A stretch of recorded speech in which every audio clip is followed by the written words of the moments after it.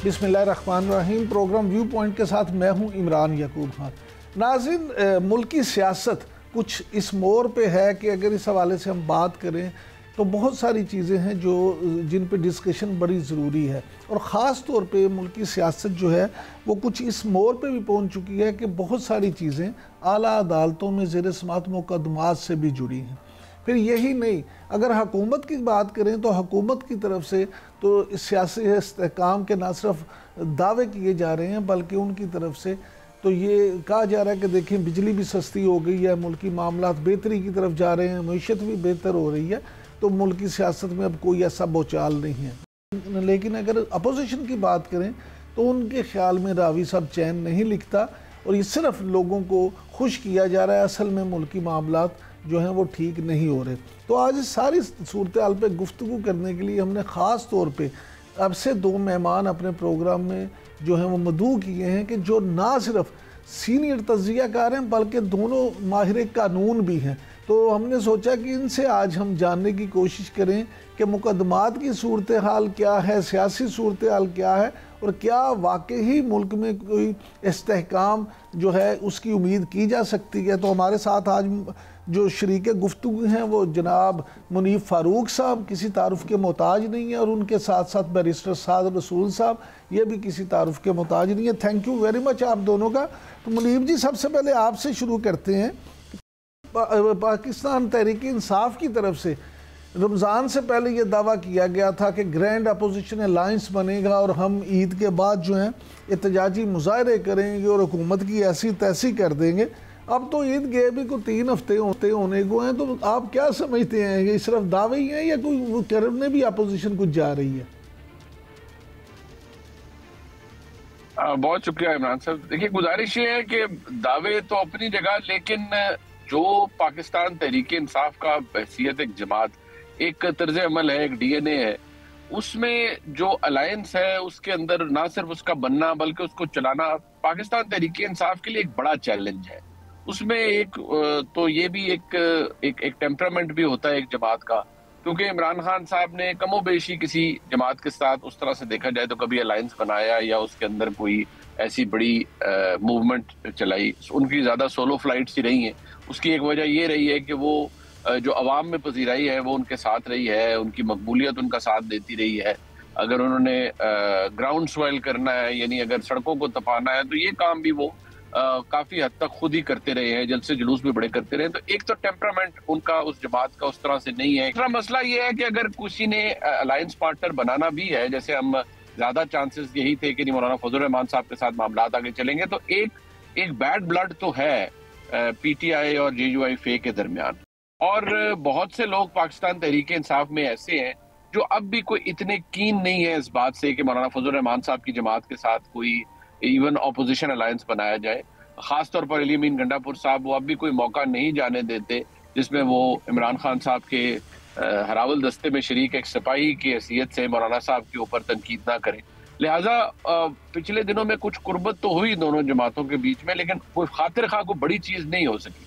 और मेरे ख्याल में यही एक बहुत बड़ी वजह है। देखिए, इस निज़ाम के जो करता धरता है या जो स्टेक होल्डर्स हैं, उनके लिए सबसे बड़ा एज तो यही है कि कोई जॉइंट अपोजिशन फोरम उस तरह का बन ही नहीं सका जो थ्रेटन करे इस निज़ाम हुकूमत को, इस हुकूमत को और स्टेक होल्डर्स को। और ये लड़ाई अब आप देखिए ऐसी ही है कि कोई एक तरफ जा रहा है, कोई दूसरी तरफ जा रहा है। और ख़ास तौर पर जो तहरीक इंसाफ के अंदर अब आजकल जो इंटरनल फाइटिंग है, उसने तो हुकूमत का काम और आसान कर दिया। बिल्कुल ठीक है। साथ साथ आपने मुनीब भाई की भी गुफ्तगू सुनी। अब थोड़ा सा ये इसमें मैं अपना सवाल भी शामिल कर देता हूँ। पीटीआई की तरफ से ये जो दावे किए जा रहे हैं कि इमरान खान साहब जो हैं उनके खिलाफ ज़्यादातर मुकदमात तो ख़त्म हो चुके हैं, बाकी भी जल्द ख़त्म हो जाएंगे और रिहा हो जाएंगे और फिर उनके लिए रावी साहब ठीक कर देंगे। बहुत शुक्रिया इमरान साहब। मैं मुनीब साहब की बात इस हद तक तो इस बात से एग्री करता हूँ, और मेरा ख्याल है कि जो शख्स भी इसको डिनाई करे वो पीटीआई के साथ भी, इमरान खान साहब के साथ भी और उनकी पार्टी के सपोर्टर्स के साथ ज़्यादती कर रहा है। अगर कोई शख्स भी ये डिनाई करे कि पाकिस्तान तहरीक इंसाफ की पॉलिटिकल स्ट्रैटेजी, जो सियासी हिकमत अमली है, ख्वाह वो सियासी हिकमत अमली इस हद तक हो कि इंटरनली उनके मुख्तलिफ उनके पावर सेंटर्स जो तहरीक इंसाफ के अंदर हैं वो इकट्ठे कैसे रहेंगे, वो यकजा कैसे रहेंगे एक ऐसे गोल के, एक ऐसे मकसद के लिए जो इमरान खान साहब की रिहाई हो और फिर वहाँ से आगे की कोई कार्रवाई हो। या पीटीआई की कारकर्दगी आप देख लें कि एक पॉलिटिकल अलायंस जो ब्रॉड बेस्ड पॉलिटिकल अलायंस हो, जिसमें बहुत सारी पॉलिटिकल जमातें इकट्ठे एक 3-4 पॉइंट 3 या 4 या 5 पॉइंट के एजेंडा के ऊपर इकट्ठे होकर कोई सड़क के ऊपर हिकमत अमली दिखाना चाहें, तो मेरा ख्याल है कि इसके अंदर तो कोई दो राय नहीं कि तहरीक इंसाफ की सियासी हिकमत अमली इंटरनल भी और अलायंस इकट्ठी करने की भी ये नाकाफ़ी रही हैं। एक ऐसी पॉलिटिकल जमात जो ये कहती है कि हमारे पास कोई 80% के करीब पब्लिक ओपिनियन है और शायद है भी, अगर वो उस पब्लिक ओपिनियन के, पब्लिक सपोर्ट के बावजूद अगर वो अपनी सियासी हिकमत अमली अपने इंटरनल कॉन्फ्लिक्ट्स की वजह से या दीगर जमातों को इकट्ठे ना करने की वजह से अपनी सियासी हिकमत अमली में वो पूरी नहीं कर सकी, तो इस पे अफसोस ही किया जा सकता है। ये बात मुनीब साहब की बिल्कुल दुरुस्त है कि पीटीआई की परफॉर्मेंस पे बहुत सारे सवाल हैं। लेकिन जो सेकंड बात उन्होंने की, मैं उससे एग्री नहीं करता कि इससे हुकूमत का काम आसान हो गया है, क्योंकि ये नहीं हुआ कि अगर पाकिस्तान तहरीक इंसाफ की सियासी हिकमत अमली ठीक नहीं है या वो लोग या वो पॉलिटिकल जमातों को इकट्ठे नहीं कर पा रहे या वो आप इंटरनली लड़ भी रहे हैं, तो इसकी वजह से ये नहीं हुआ कि जो पाकिस्तान की आवाम है वो हुकूमत के साथ चल पड़ी हो, वो कहे कि अच्छा अब ये तो पार्टी आपस में लड़ रही है, आज से हम, कल तक तो हम इमरान खान साहब के साथ थे, आज से हम शहबाज शरीफ के साथ हैं। ये नहीं हुआ कि लोग कहें कि क्योंकि इनका पाकिस्तान तहरीक इंसाफ कोई अलायंस तो बना नहीं पा रही, तो इसलिए आज कल से हम पीपल्स पार्टी के साथ चलना शुरू हो जाएंगे या हमें अब इस्टेब्लिशमेंट से इख्तलाफ कोई नहीं है।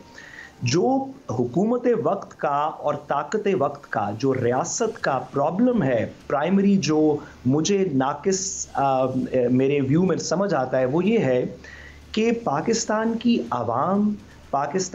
आवाम की आवाज़ आज उनकी और इस हुकूमत के साथ चलने को इस वक्त तमाम चीज़ों पे तैयार नहीं लगती। हाँ ठीक है, पाकिस्तान तहरीक इंसाफ की पॉलिटिकल लीडरशिप डिस्क्रेडिट हो रही है, वो कोई बहुत अच्छी कारकर्दगी नहीं कर रही, लेकिन इसका ये मतलब नहीं कि पाकिस्तान के लोगों के दिल तब्दील हो गए हैं और अब इनसे बदजन हो के वो वापस नवाज शरीफ साहब के साथ या पीपल्स पार्टी के साथ चल पड़े हैं। रियासत का जो असल प्रॉब्लम है, जिसको किसी तरीके ठीक करने की कोशिश करनी चाहिए, जो सिर्फ पीटीआई के अंदरूनी इख्तलाफात से ठीक नहीं होगा, वो ये है कि वो फासला जो 8 फरवरी से शुरू होके 12 जुलाई तक और 12 जुलाई से शुरू होके 26वीं तरमीम और 26 नवंबर तक इक़दामात की वजह से आवाम और स्टेट स्ट्रक्चर के दरमियान में जो फासला पैदा हो गया है, उस फासले को कैसे ठीक करेंगे। पीटीआई की पॉलिटिकल परफॉर्मेंस जितनी भी ख़राब हो, उससे रियासत का और हुकूमत का ये मसला सॉल्व नहीं होगा। जी मुनीब साहब, इसमें तो आपने गुफ्तगू सुन ली साथ की, मेरा भी एक इसमें शामिल कर दें कि ये बात तो मैं भी जानना चाहता हूँ कि इमरान खान साहब जो हैं, देखिए उनकी सारी जो उनकी एक प्रॉब्लम भी है जो मेरे नज़दीक बेशक पीटीआई वाले ना माने, लेकिन इमरान खान की एक प्रॉब्लम ये भी है कि इमरान खान है पीटीआई में या फिर कारकुन है, उनकी जितनी लीडरशिप है वो सेकंड ईयर कह दें, वो फर्स्ट ईयर कह दें, वो थर्ड ईयर कह दें, उसकी उस तरह से कोई हैसियत नहीं है। कारकुन इमरान खान को ही देखता है, उसकी सुनता है और उसके साथ ही जुड़ा हुआ है। तो वो बात आप क्या समझते हैं कि उसमें तो ये प्रॉब्लम जो है उसी तरह से है, कारकुन तो उससे अलग नहीं हो सके? देखिए, इसमें दो बातें हैं। एक तो ये कि जहां, जैसे मैंने पहले अर्ज किया कि अगर एस्टेब्लिशमेंट या हुकूमत का काम आसान हो जाता है, उसकी वजह मैं ऐसा क्यों समझता हूँ। देखिए, इस बात से तो कोई दो राय नहीं है कि इमरान खान साहब की जमात मजबूत और बड़ी थी, वो आज भी है, और मुझे नहीं लगता कि उस जमात को कुछ होने जा रहा है तमाम तर मसाइल के बावजूद। इमरान खान साहब की मकबूलियत को एग्री करे डिसएग्री करे, हमारे सामने तो लास्ट टेस्टमेंट 2024 8 फरवरी का इंतखाब ही है, जिसमें लोग तमाम तर मुश्किलात के बावजूद उनके लिए निकले, तो वो तो अपनी जगह पर मौजूद है। हाँ, जब मैं ये बात करता हूँ कि हुकूमत का काम आसान, देखिए एक चीज ध्यान में रखिए कि कोई भी जमात, चाहे वो जितनी मर्जी पॉपुलर हो, जब तक वो एक यूनिफाइड फोर्स की तरह एक एलिमेंट या एक सिंबल ऑफ रेजिस्टेंस बनी रहेगी, और उसका लीडर, उसके रैंक एंड फाइल के अंदर एक डिसिप्लिन रहेगा, तमाम कारकुनान समेत तमाम फर्स्ट ईयर सेकंड ईयर यकसुई के साथ एक ही कॉज के पीछे चलते रहेंगे, तो फिर तो बात ठीक है। जहां तक बात ये है एस्टैब्लिशमेंट के लिए, देखिए अगर जो लोग एस्टैब्लिशमेंट या जो इस वक्त जो ताकत में लोग हैं, जिस तरह साद साहब ने कहा ताकत वक्त के लिए, उनके लिए जो पॉलिटिकल एस्पेक्ट है इन चीजों का वो शायद रेलेवेंट नहीं रहा। उनको उनके लिए इमरान खान साहब की जमात की अहमियत शायद अब उतनी ज्यादा नहीं है जितनी पहले थी। इसीलिए इमरान खान साहब की जमात के तमाम तर मकबूलियत और ताकतवर होने के बावजूद आज निज़ाम वक्त, हुकूमत वक्त, चले हुकूमत को तो हम कहते हैं एस्टैब्लिशमेंट के मरहूने मिन्नत है, वो यही कहते हैं कि नहीं इसके बगैर भी निज़ाम चल सकता है और हुकूमत भी चल सकती है, पाकिस्तान तरक्की भी कर सकता है, सब कुछ हो रहा है। अब इसके ऊपर मैं या कोई और हम सब बैठ के डिबेट कर सकते हैं नहीं कि ये तो दुरुस्त तरीका नहीं है, ये दुरुस्त तर्ज अमल नहीं है, लेकिन उसका जो जवाब हमें मिलता है वो ये कि जो इमरान खान साहब ने किया या उनकी जमात ने किया, खास तौर पर जो इमरान खान साहब ने किया, उसकी माफी ना इदारा दे सकता है और ना कोई फर्द वाहिद दे सकता है। वो तो अब the stage has been set, उसके बारे में तो आप भूल जाइए कि कोई तब्दीली होगी, कोई ऐसा होगा कुछ जिससे कुछ कोई पॉलिसी में फर्क आ जाएगा। वो हमने पिछले 3 सालों में देखा भी है। इमरान याकूब साहब के, इमरान खान साहब को इक़्तिदार से गए 3 साल हो गए और जेल में उन्हें 1.5 साल से ऊपर का अरसा गुजर गया है। सिवाय चंद जो यूट्यूबर हजरात है, सारी बात है उनके मामलात और है, उन्होंने जितनी को 2 दर्जन 5 दर्जन ऑफर्स इमरान खान साहब के लिए क्रिएट करवा दी, उसके अलावा तो कोई ऐसी चीज नहीं है जो कि मटीरियलाइज हो सके। देखिए ये बात फैक्ट है कि सरप्राइज फैक्टर दोनों के लिए था, उतना ही सरप्राइज फैक्टर इमरान खान साहब के लिए भी था कि उनको हमारी हिस्ट्री हमें ये बताती थी, जब हम भी ये देखते थे कि चले यार ये 1-1.5 साल की बात है, हालात तब्दील हो जाएंगे इमरान खान साहब के लिए, लेकिन वो नहीं हुए। तीसरे साल में भी कोई पॉलिसी शिफ्ट नहीं है और जिसे हम कहते हैं light at the other side of the tunnel, वो भी नजर नहीं आती, जो कि बैसियत एक सियासत के और हिस्ट्री के तालिब इल्म के मेरे लिए बड़ी अचंभे की बात है और परेशान कुन भी है। लेकिन हेर भी यार आज भी हम उन्हीं मसाइल के अंदर घिरे हुए हैं, मुझे कोई तब्दीली नजर नहीं आती। और ये जो बात पॉपुलैरिटी की है, जब ये भी हम करते हैं बहुत सी जगहों पर, तो कहा यह जाता है कि पॉपुलैरिटी का मामला सियासी जमातों के माबैन है, उसका एस्टैब्लिशमेंट से कोई ताल्लुक नहीं। लेकिन हाँ, जिस जमात के लीडर ने ये सब कुछ कर दिया और वो कर गुजरे हैं, उसकी माफी नहीं है, because this has been decided कि ये कभी ना भूला जाएगा और ना इसको फॉरगिव किया जाएगा। अब ये इंस्टीट्यूशनल मेमोरी टाइम बाउंड है, टाइम लिमिटेड है, मुझे यकीन मानिए इसके बारे में नहीं पता। आज अगर इमरान खान साहब के मसाइल हैं तो पता नहीं क्यों मुझे मेरी मुल्क की तारीख ये कहती है कि आज से 3-4 साल बाद शायद वो दोबारा इक़्तिदार में हो और हर कोई सब कुछ भुला दे। लेकिन ये भी हो सकता है, जो आज मैं रिजॉल्व देखता हूँ, मुझे ये होता हुआ भी बड़ा मुश्किल नजर आता है, क्योंकि जो element of I would say mistrust है, जो अलाउ मी टू से इंस्टीट्यूशनल हेट्रेड है फॉर इमरान खान साहब एंड हिज जमात, वो अनप्रेसिडेंटेड है और बड़ी अपसेटिंग है। It is not something to be celebrated, ये बड़ी अपसेटिंग है। तो मेरे लिए तो बैसियत एक आम सहाफ़ी के और बैसियत एक तालिब इल्म के, सियासत के और हिस्ट्री के, ये तमाम चीज़ें बड़ी सरप्राइजिंग है। जी साद जी, अगर हम मुनीब साहब की गुफ्तगू से कोई नतीजा हज करने की कोशिश करें तो ऐसा महसूस होता है कि वो कहते हैं कि मकबूलियत तो है लेकिन कबूलियत उन्हें नज़र नहीं आ रही। तो आप क्या समझते हैं कि कौमी सियासत में कुछ ठहराव आएगा या हम मकबूलियत और कबूलियत में ही फंसे रहेंगे? सबसे पहले तो जी मैं मुनीब साहब की जिस तरह उन्होंने कहा, मैं उससे एग्री करना चाहता हूं कि ये कितनी अजीब बात है। उन्होंने कहा कि उनके लिए भी ये बड़ी अजीब बात है, बड़ी सरप्राइजिंग बात है कि इंस्टीट्यूशन के अंदर उन्होंने कहा कि हेट्रेड है फॉर इमरान खान।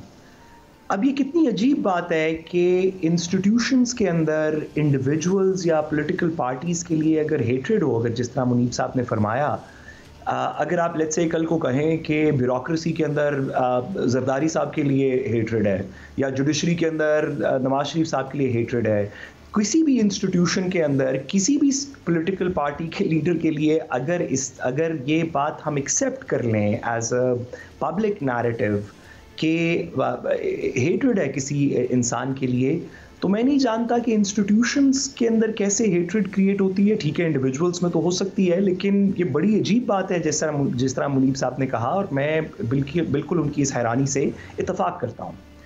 लेकिन साथ ही साथ मैं एक और गुजारिश करूं कि हमारे इंस्टीट्यूशंस के साथ अब हम ये चाहते हैं कि ये महाजराई ना हो। हम तो नेचुरली हर बंदा ये चाहता है पाकिस्तान के अंदर कि इसको किसी गुफ्तो शनीद से, किसी महज़ब तरीके से हम सब पाकिस्तानी हैं बैठ के किसी तरीके से रिजॉल्व करें। लेकिन ये जो हार्ड लाइंस हैं कि अब ये स्टेज सेट हो चुका है, अब यहाँ से वापस नहीं जाया जा सकता, अब ये कभी भी अनडू नहीं होगा, तो अगर हम सिर्फ पिछले 10-1 साल का पीरियड देख लें तो आई एम श्योर मुनीब साहब भी इस बात के गवाह होंगे कि बिल्कुल इंस्टीट्यूशन के वेरी टॉप से, बहुत सारे इंस्टीट्यूशंस के, सिर्फ हम एक इंस्टीट्यूशन की बात नहीं कर रहे, इसके अंदर जुडिशरी भी शामिल है, अफवाज पाकिस्तान भी शामिल हैं, पार्लियामान भी शामिल है, बहुत सारे इंस्टीट्यूशंस के बिल्कुल टॉप से ये कहा गया कि अब नवाज शरीफ साहब का वक्त ख़त्म हो गया। चले, नवाज शरीफ साहब के बारे में तो जो कहा गया आपको याद है कि जस्टिस काजी फायज़ ईसा साहब, जो कि अब चीफ जस्टिस का अपना टेन्योर भी ख़त्म कर चुके हैं, ये कहा गया कि ये जज नहीं रहेंगे। तो इस तरह के दावे करने में जो तो थोड़ा सा इसमें डर भी लगता है, इस्तग़फ़ार पढ़ने का भी दिल करता है कि इस तरह के हतमी दावे की तारीख़ इस वक्त के बारे में क्या लिखेगी, लोगों की, कौमों की किस्मतों के फैसले कैसे होंगे, हम 25 करोड़ का मुल्क अब किस डगर पे चलेगा और किस डगर पे कभी नहीं चलेगा, ये फैसले करने वाले अगर चंद इंसान हैं, तो मैं बड़े अफसोस के साथ कहना चाहता हूँ कि मेरा ये अकीदा भी नहीं है, ना ही हम तारीख़ से ये सबक सीखते हैं।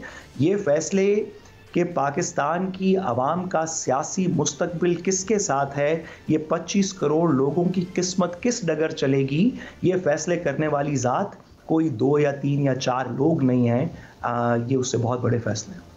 नाज़रीन, साद रसूल और मुनीब फ़ारूक दोनों से गुफ्तगू अभी जारी है, लेकिन अब वक्त हुआ है ब्रेक का। ब्रेक से वापस आएंगे तो मज़ीद सवालात करेंगे।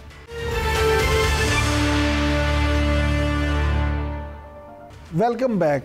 मुनीब साहब, ये फरमाइएगा कि ये आप क्या समझते हैं कि जो मौजूदा सूरत हाल है इसमें PTI को, चलें हम अगर एक तरफ रखते हैं कि रियासत के लिए या ताकत वक्त के लिए PTI अगर काबिल कबूल नहीं है, तो एक अलमिया या एक प्रॉब्लम ये भी तो है ना कि मुस्लिम लीग नून या पीपल्स पार्टी या कोई और ऐसी जमात नहीं जो उसको अवाम में उस तरह से पजीराए मिले। इवन आप देखिए अभी हुकूमत जो है उसने बिजली की कीमत में भी कमी की, मज़ीद भी कमी करने जा रहे हैं, लेकिन उसके बावजूद अवाम जो है उसको उस तरह से पजीराई नहीं कर रही हुकूमत की। तो आप क्या समझते हैं कि ये भी तो ताकत वक्त के लिए एक मसला है कि वो जिनके कांधे पे हाथ रखे हुए हैं, अवाम उनसे उस तरह से जुड़ नहीं पा रहे? देखिए, ये जो एक डिस्कनेक्ट है इमरान याकूब साहब, ये तो मैं नहीं समझता कि कोई इसको रूल आउट कर सकता है कि ये मौजूद नहीं है।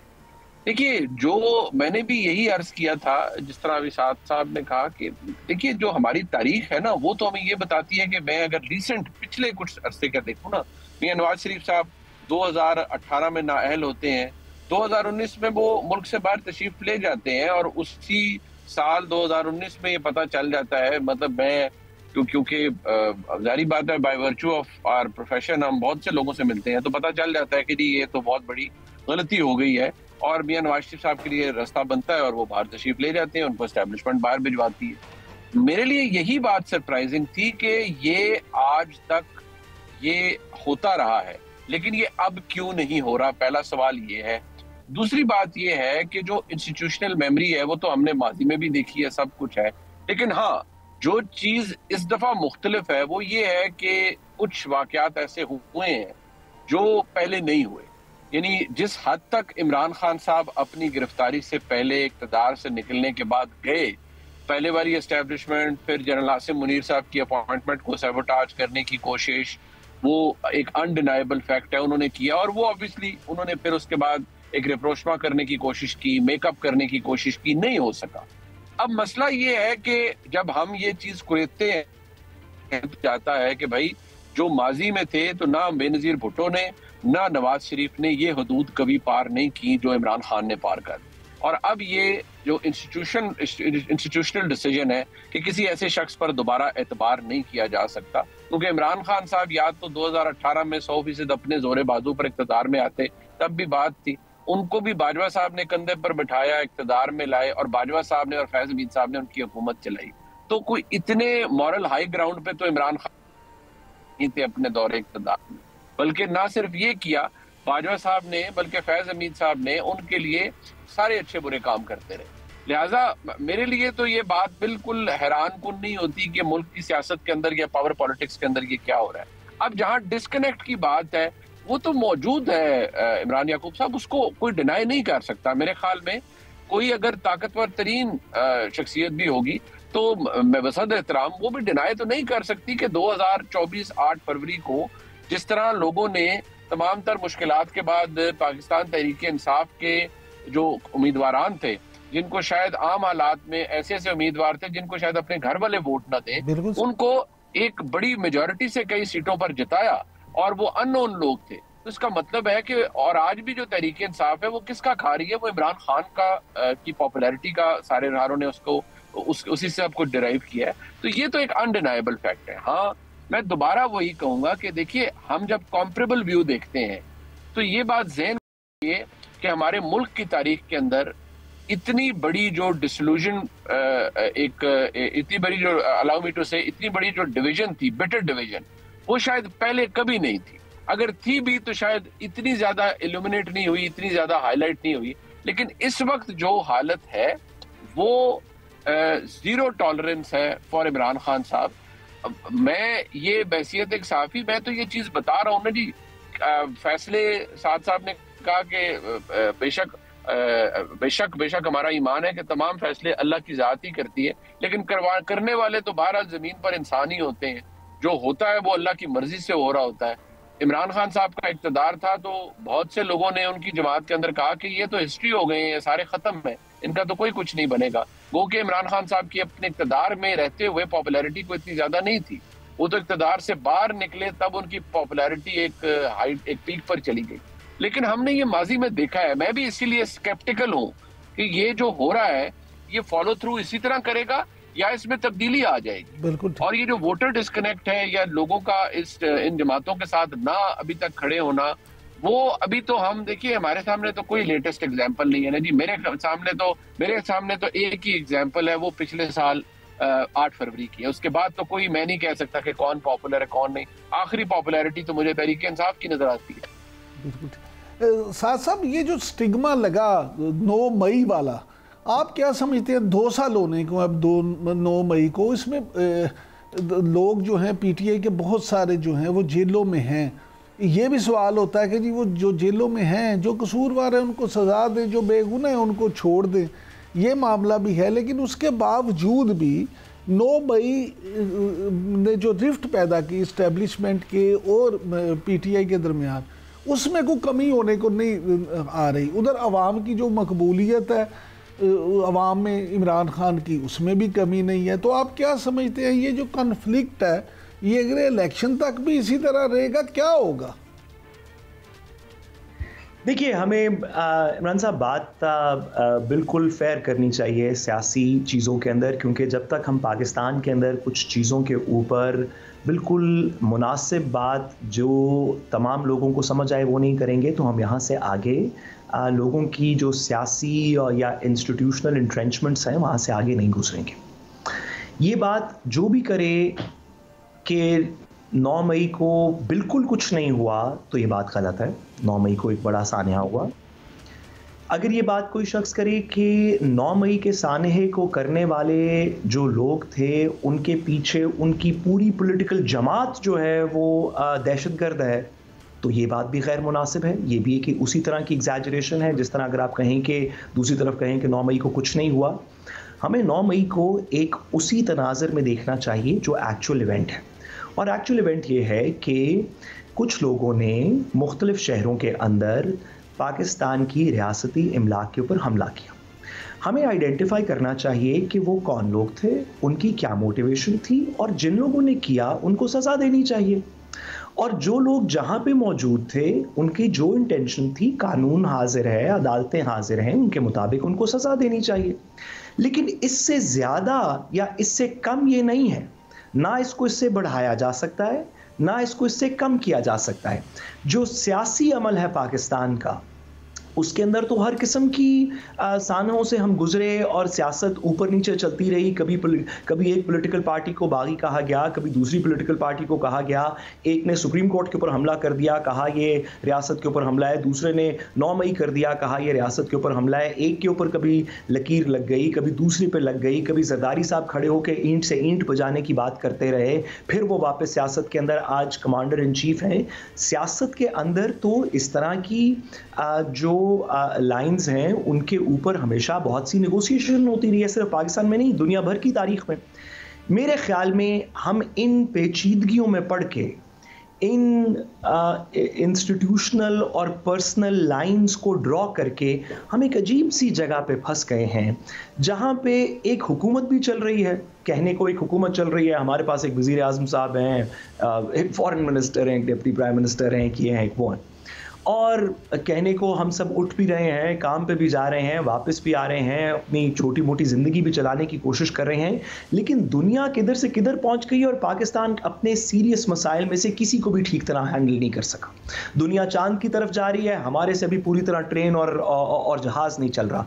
आप कैसे लोगों को इकट्ठा करेंगे? बलूचिस्तान के हालात हमने देख लिए, लोगों की जो नफ़रतें अपनी ही हुकूमती शख्सियात के साथ हैं, सोशल मीडिया के ऊपर आपने देख ली। इस तरह मुल्क तरक्की नहीं करते, इस तरह लॉन्ग टर्म प्लान्स नहीं बनते। अगर आप वाकई पाकिस्तान की बेहतरी करना चाहते हैं तो आपको उन लोगों के, वो लोग जो अपने आप को पाकिस्तानी कहते हैं, ख्वाह वो आपसे आज नाला हों, ख्वाह वो आपसे आज नाराज़ हों बलूचिस्तान में, ख्वाह आप से वो नाराज़ हों सियासी तौर पे, पीटीआई के वर्कर्स के तौर पे, आपने इन्हीं लोगों से वापस बात करनी है। यही आपका यूथ है, यही कल को तरक्की करेंगे, यही यहाँ पे काम करेंगे। अगर आप ये फैसला कर लें कि हम इन तमाम लोगों को अपना दुश्मन समझते हैं और सिर्फ ये एक मखसूस गिरोह जो इस वक्त ताकत में हुकूमत में बैठा हुआ है, सिर्फ यही और इनकी वीडियोज़ ही आज के बाद पाकिस्तान में चलेंगी, तो ये कोई देर पास स्ट्रैटेजी नहीं लगती। और मेरा नहीं ख्याल कि रियासत के अंदर जो सीरियस माइंडेड लोग हैं, जो सिर्फ पाकिस्तान को इस लम्हे में नहीं देख रहे, लेकिन जो देख रहे हैं कि पाकिस्तान 2035 में क्या कर रहा होगा, 2050 में क्या कर रहा होगा, हमारी अलाइनमेंट्स क्या होंगी, हमने यहाँ पे इंटरनली क्या करना है, हमारी डेमोक्रेटिक इंस्टीट्यूशंस किधर, जो सीरियस लोग हैं वो ज़रूर ये सोच रहे होंगे कि ये हमने हुकूमत चल तो रही है लेकिन इसको चलना नहीं कह सकते। मुल्क को चलाने के लिए आवाम के दिलों के साथ वापस कनेक्ट करना पड़ेगा और उसके लिए कुछ कंसेशंस करने ज़रूरी हैं। जी मुनीब साहब, जो लोग पाकिस्तानी कहलाते हैं और पाकिस्तानी कहलाने पे फ़ख्र भी महसूस करते हैं, उनको कनेक्ट करने के लिए रियासत को, हुकूमत को क्या करना चाहिए? देखिए, एक तो अगर हम बात ओवरऑल माशरे में टॉलरेंस की करते हैं तो हुकूमत और रियासत से यही दरख्वास्त की जा सकती है इमरान याकूब साहब कि देखिए, मैं एक पाकिस्तानी हूँ, मुझे अपने वतन से बड़ी मोहब्बत है, मेरी आइडेंटिटी मेरा मुल्क है। मसला ये है कि अगर मैं अपने मुल्क की किसी इदारे की, किसी हुकूमत की, किसी पॉलिसी के ऊपर अगर मैं तनकीद करूँ या मैं सवाल उठाऊँ तो उसको मुझे वो सवाल ऐसा ना, सवाल की वजह से मुझे कोई ये ना कहे कि भाई मैं एंटी नेशनल हो गया हूँ या मैं खुदा न खास्ता मुल्क दुश्मन हो गया हूँ। जब हम ये टॉलरेंस क्रिएट कर लेंगे और एक जो मुस्बत क्रिटिसिज्म है, झूठ के बगैर, दुश्मन दराजी के बगैर, एग्जैजरेशन के बगैर, जो एक जायज क्रिटिसिज्म है, जब हम वो बर्दाश्त करने के फेज में चले जाएंगे तो मेरे ख्याल में जो लोगों के अंदर जो डिसअपॉइंटमेंट है या जो अगर एक रियासत और जो उसका सब्जेक्ट है उसके अंदर अगर जो फासला है, मुझे लगता है वो कुछ हद तक कम हो सकेगा। मैं ये जरूर मानता हूँ कि यहाँ झूठ भी बोला जाता है। बहुत शुक्रिया मुनीब फारूक साहब, साद रसूल साहब। नाज़रीन, आपने गुफ्तगू सुनी।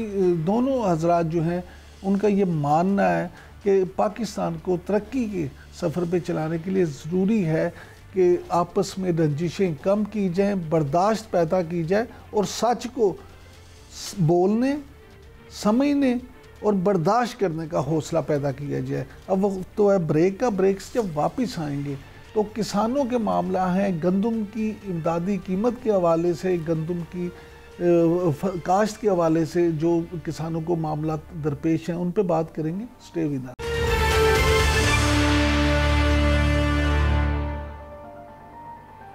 वेलकम बैक नाज़रीन। जैसा कि आप सबके इल्म है कि पंजाब में, सिंध में, पाकिस्तान के मुख्तलिफ शहरों में, देहात में इस वक्त जो है गंदम की कटाई का अमल जो है बड़ी तेज़ी से जारी है।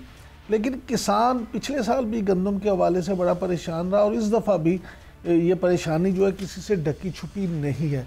गंदम का इस साल जो है मामला क्या है, असल सूरत हाल क्या है, कितनी पैदावार मुतवक्को है, क्या हुकूमत की तरफ से जो ये कहा जा रहा है कि गंदम में कोई कमी नहीं होगी, इंपोर्ट की ज़रूरत नहीं पड़ेगी, ये इसमें सच कितना है, ये सारी बातें जानने के लिए आज हमने इस सेगमेंट में ख़ास तौर पे दावत दी है सैयद महबूबुल हक बुखारी साहब को, जो कि चेयरमैन है आल पाकिस्तान किसान फाउंडेशन के। थैंक यू सर बुखारी साहब, आपने वक्त दिया। सर यहीं से शुरू कर लेते हैं कि इस साल गंदम की फसल की सूरत हाल है क्या, क्या मुल्क की ज़रूरत के लिए काफ़ी गंदम हमें दस्तयाब होगी? जी बिस्मिल्लाहिर्रहमानिर्रहीम। अस्सलाम वालेकुम इमरान याकूब साहब, आपका शुक्रिया, जीनन का शुक्रिया। गुजारिश ये है कि हमारी हुकूमतों की ज़राअत जो है वो तरजीह नहीं है। अगर आप बजट को देखें, जो सालाना बजट मुल्क की पेश किया जाता है और जीडीपी को का आप हिस्सा देखें उसमें ज़राअत का, तो वो आपको कहीं दूर दूर तक नज़र नहीं आएगा। उसकी जो वजह से जो ज़राअत पे चूँकि तवज्जो नहीं हुई, ज़राअत के कोई रिसर्च के ऊपर तवज्जो नहीं हुई, ज़राअत की जो पानी के मसाइल हैं उसके ऊपर तवज्जो नहीं हुई, और उसमें जो जदीद टेक्नोलॉजी है उसका दूर दूर तक नाम निशान नहीं है। तो ये बहुत से फैक्टर हैं जो ज़राअत की ज़मू हाली का जो है वो वजह बनते हैं।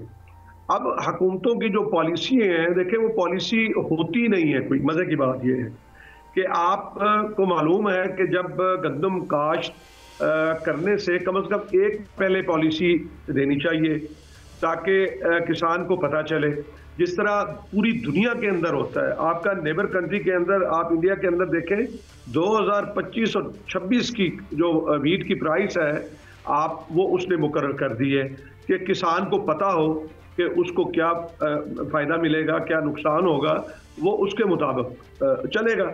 अब यहाँ पे ये है कि हमारी हुकूमतों की चूँकि तरजीह नहीं है, उनके अपने मसाइल हैं। लेकिन बुखारी साहब, बुखारी साहब हमने तो बचपन में यही सुना, किताबों में भी यही पढ़ा कि पाकिस्तान एक ज़राई मुल्क है, लेकिन आप कहते हैं कि हुकूमतों की तरजीह नहीं है। और दूसरी बात यह कि हुकूमत ने तो पिछले साल भी कह दिया था कि जी वो गंदम नहीं खरीदेगी, उन्होंने पिछले साल भी इसकी कोई उस तरह से नहीं किया। तो फिर यहाँ पे ये क्यों आप क्या समझते हैं ऐसा? जी गुजारिश ये है कि देखें वो एक निज़ाम था इमरान भाई के 76 सालों से चला आ रहा था कि आपका फूड डिपार्टमेंट खरीद करता था, आपकी पास्को खरीद करती थी, उसमें 45 लाख टन जो है वो पंजाब खरीद करता था, 20-25 लाख टन जो है सिंध खरीद करता था, और बाकी जो है वो प्राइवेट सेक्टर लेता था। एक निज़ाम चलता आ रहा था और मार्केट के अंदर भी एक बैलेंस नज़र आता था। जो प्राइवेट सेक्टर है उनको पता होता था कि जो है वो गवर्नमेंट ने भी खरीद करनी है। अब ये इस बात को गाली क्यों बना दिया गया कि गवर्नमेंट जो है जी वो नहीं खरीद करेगी? मतलब ये फैसला करते वक्त क्या आपने सोचा कि इस गरीब किसान का क्या बनेगा? ये हमारा मुल्क कोई इस तरह का नहीं है जहां पे कोई कानून पे अमल होता हो या कोई किसी को डर खौफ हो। यहाँ पे तो जो एक मतलब रेट गवर्नमेंट ने उसका तायुन नहीं किया। भाई आपने क्यों तायुन नहीं किया? कहते हैं IMF ने कहा। अरे भाई IMF को आप बता सकते थे कि हमारे जो मारूजी हालात हैं वो ये नहीं है। अब उसकी वजह से आप देखें कि पिछले साल एक खड़े पांव पहले हमें लारे लगाए कि जी हम 20 लाख टन खरीद करेंगे, अभी मॉइस्चर इस तरह का है, फला है, और फिर नहीं खरीद की। और इस दफ़ा भी जब ये ऐलान किया तो आप देखें कि उससे कोई 15% जो है वो कम काश्त हुई है, और उसके बाद मेरा एक अंदाजा है कि 15% जो है वो मौसमी हालात की वजह से वो इसकी पैदावार कम आ रही है। जो नवंबर के अंदर काश्त होती थी उसके 50 मन जो है 55 मन एवरेज आती थी, पर एकड़ यील्ड आती थी। इस वक्त जो है वो 40 मन जो है वो आ रही है, और 35 मन आ रही है, 32 मन आ रही है। आप हैरान होंगे। तो कमी तो वाकई होगी। पिछली दफा जो 300 करोड़ टन जो है वो हुई थी, अब कमी आएगी। अब गुजारिश ये है कि देखें, हुकूमतों को ये रियासत जो है वो माँ के जैसी होती है। माँ तो कभी नहीं ये करेगी कि अपने बच्चों को जो है वो अपना भेड़िए के हवाले कर दे, और वो भी एक जो है और फिर तमाशा देखे। हमारे साथ तो यही हाल हो रहा है कि हमें जो है वो इस माफिया के रहमो करम पे छोड़ दिया गया है। लेकिन अब बुहारी साहब यहाँ दो चीज़ें ज़रा बड़ी काबिले गौर हैं। पहली बात ये कि डिमांड और सप्लाई, जब आप खुद कहते हैं कि अगर कम होगी गंदम तो फिर तो ऑटोमेटिकली कीमत बढ़ जाएगी। दूसरी बात ये है कि पंजाब हुकूमत ने तो नकलो हरकत की भी इजाज़त दे दी है, तो अब तो जहाँ रेट अच्छा मिले आप बेच सकते हैं। जी इमरान भाई, गुजारिश ये है कि मैं पिछली दफ़ा आपको याद दिला दूं कि पिछली दफ़ा भी गवर्नमेंट ने कहा था डीरेगुलाइज कर दी है, ठीक है, और हमने उस वक्त भी इस बात की मुखालफत की थी कि हुकूमतों को देखें चाहिए फूड सिक्योरिटी के लिए दुनिया की जो हुकूमतें हैं वो अनाज अपने पास रखती हैं। इसलिए खुदा ना खास्ता कोई ऐसा डिजास्टर हो जाए, आपको ये है यकीन कि ये जो माफिया बैठा है या स्टॉक करने वाला बैठा है वो आपको इतनी आसानी के साथ उसकी रसाई दे देगा? वो तो अपनी मनमानी और ये जो डिमांड और सप्लाई का ड्रामा है ना, ये पाकिस्तान के अंदर तो कम से कम कामयाब नहीं होता। हाँ, बाहर के मुल्कों में है कि जी डिमांड और जो सप्लाई है उसके मुताबिक जी आप चले, तो ये तो नाइंसाफी है ना।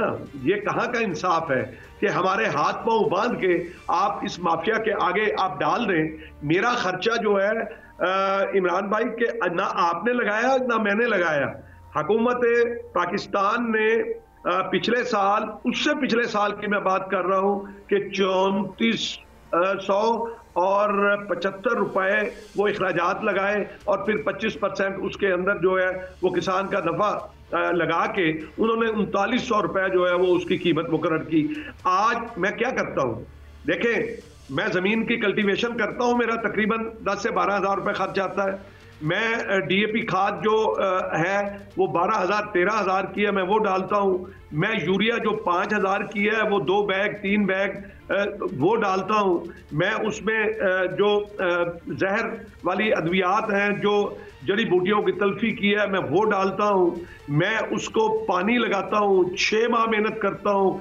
इस वक्त यहाँ पे इतनी गर्मी है, आज के दिन की बात कर रहा हूँ कि खड़ा होना महाल होता है, और वो किसान बेचारा जो है, काश्तकार है, वो अपनी फसल को जो है वो पानी लगाता है। 6 माह की मेहनत करने के बाद ये तो उसका मुआवजा भी नहीं दे सकते। मैं सच्ची बात आपको बताऊं बुहारी साहब, नहीं देखे बुहारी साहब आप बिल्कुल बजा फरमा रहे हैं, लेकिन मैं ये बात समझना चाहता हूँ या मेरे व्यूअर्स ये बात समझना चाहते हैं कि ज़राई तरक्की हुकूमत के मंशूर और इंतखाबी वादों का हिस्सा है। हर पार्टी ही तकरीबन अपने मंशूर में ये बात करती है, लेकिन आप ये बताएं कि आप फिर इसका मतलब है ये सिर्फ कागजों की बात है, ज़राई पॉलिसी है कोई नहीं इस वक्त मुल्क में? कोई पॉलिसी नहीं है। आप उठाइए अपना, आप जाइए गूगल में, कोई पॉलिसी नहीं है। आपकी कॉटन क्यों ज़बूहाली का शिकार हुई कि 1.5 करोड़ बेल से हम वापस 40 लाख पे आ गए? क्या इस मुल्क के अंदर कोई पूछने वाला नहीं है? जब अनाज की कमी होती है तो लोगों के अंदर फ्रस्ट्रेशन पैदा होती है, और ये हमारी हुकूमतों को चाहिए कि यहाँ पे वो खड़े हों। आप बताएं कि आपने कहा कि हम किताबों में पढ़ते आए हैं, एक लफ्ज आप भूल गए हैं कि हम ये भी लिखा हुआ था कि जो ज़राअत है वो रीढ़ की हड्डी की हैसियत रखती है। वो इमरान साहब उस पर इतनी ज़रबें लगाई हैं इन हुकूमतों ने कि वो अब पैरालाइज हो गई है। आप मुझे बताएं कि आप बाहर से 6,000 में मंगवाना पसंद करते हैं गंदम? पिछले साल आप 32 लाख टन, किसने कहा था जब आपके मुल्क के अंदर? क्या किसी ने पूछा? आपको याद है मीडिया में बड़ा शोर हुआ, वो इंक्वायरी हुई, किसी को जिम्मेदार ठहराया गया? मैं आपको सच्ची बात बताऊं, बुखारी साहब जरा, क्योंकि वक्त भी हमारे पास कम होता है, ये फरमाइएगा कि आप बार बार हमसाया मुल्क की बात करते हैं, पूरी दुनिया की बात करते हैं, लेकिन ये भी एक बात करें कि हम जब एक ज़राई मुल्क हैं, इतनी माशाल्लाह हमारी ज़बरदस्त ज़मीनें हैं, लेकिन आप दुनिया को छोड़ें, ये साथ हम सायों के को ले लें, जनूबी एशिया में आपकी यील्ड सबसे कम है। क्या वजह है कि हमारी यहाँ पे फसल दूसरे मुल्कों की निस्बत कम क्यों होती है? हम मेहनत नहीं करते, हम उसकी हिफाजत नहीं करते, क्या वजह है? नहीं सर, मेहनत भी करते हैं, उसकी हिफाजत भी करते हैं, हम तो बच्चों की तरह पालते हैं। उसकी वजूहात सुन लें।